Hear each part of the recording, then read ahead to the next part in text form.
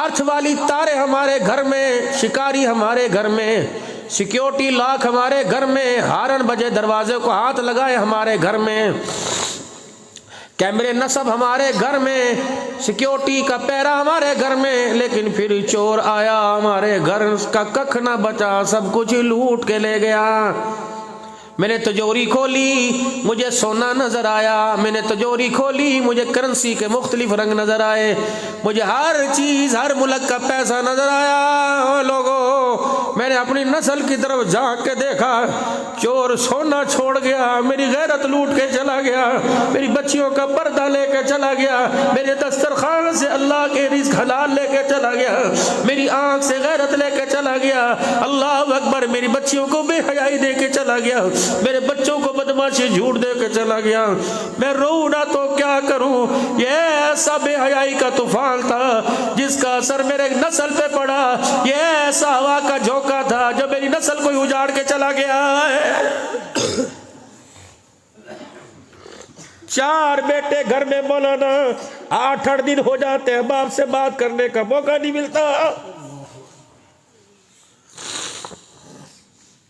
باپ فون کر کے 4 بچوں کو کہتا آ جاؤ مجھے پیشاب کرا جاؤ، تھوڑی دیر دکان پہ بیٹھ جاؤ، اس بچے کے پاس وقت نہیں۔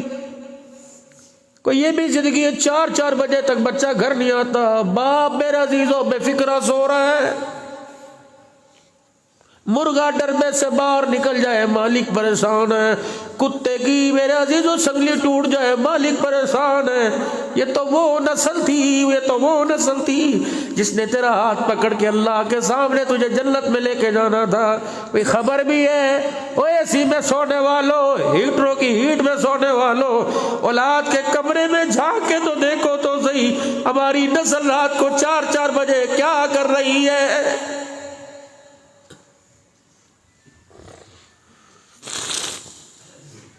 کیڑی زندگی، کیڑی زندگی، کیڑی زندگی۔ جب بیٹی سینہ کھول کے دوپٹہ اتار کے باپ کے سامنے آ جائے، میرے عزیزو ہمیں تو روٹی نہیں کھانی چاہیے، صبح کا سورج دیکھنے سے پہلے ہی مر جانا چاہیے۔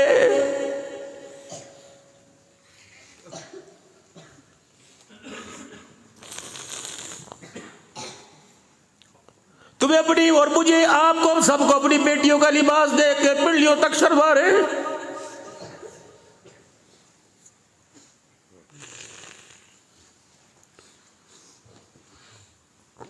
دل کے پھپھولے جل گئے سینے کے داغ سے، اس گھر کو آگ لگ گئی گھر کے چراغ سے۔ مجھے کیا پتا تھا جس دیے سے میں اجالا لینا چاہتا تھا وہ میرے گھر میں اندھیرا ہی کر کے چلا جائے گا۔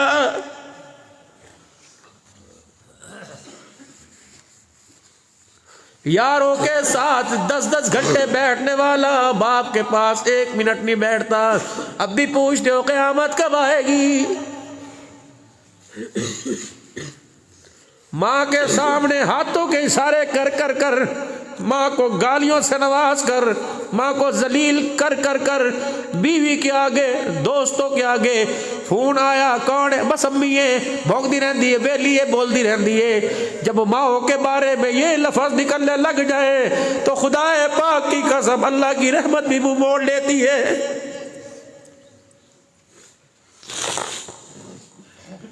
جب 25 سال کے گبرو جوان کو باپ کی چٹی داڑھی کا حیا نہ رہے تو میرے عزیزوں کوشش کرو ایسی اولاد سے بے اولاد ہو جانا ہی اچھا ہے۔ روٹی تو کوئی بھی طرز کھا کے دے دے گا، مسجد میں آ کے مولوی صاحب کے کان میں کہہ دینا میں روٹی کوئی نہیں کھاتی، یہ مولوی اپنے گھر سے روٹی لا کے دے دے گا۔ سردی میں کہنا میرے پاس چادر کوئی نہیں، کوئی دے دے گا، اور کسی کو کہنا رات مجھے سلا، کوئی طرز کھا کر جانوروں کے باڑے میں سلا دے گا، مسجد کے کونے میں سلا دے گا۔ جب ان چیزوں کے حصول کے لیے اولاد کی جوتیاں کھانی پڑے تو میرے عزیزوں پھر بھی تمہیں زندگی رونق والی نظر آتی ہے، بے رونق کیوں نظر نہیں آتی؟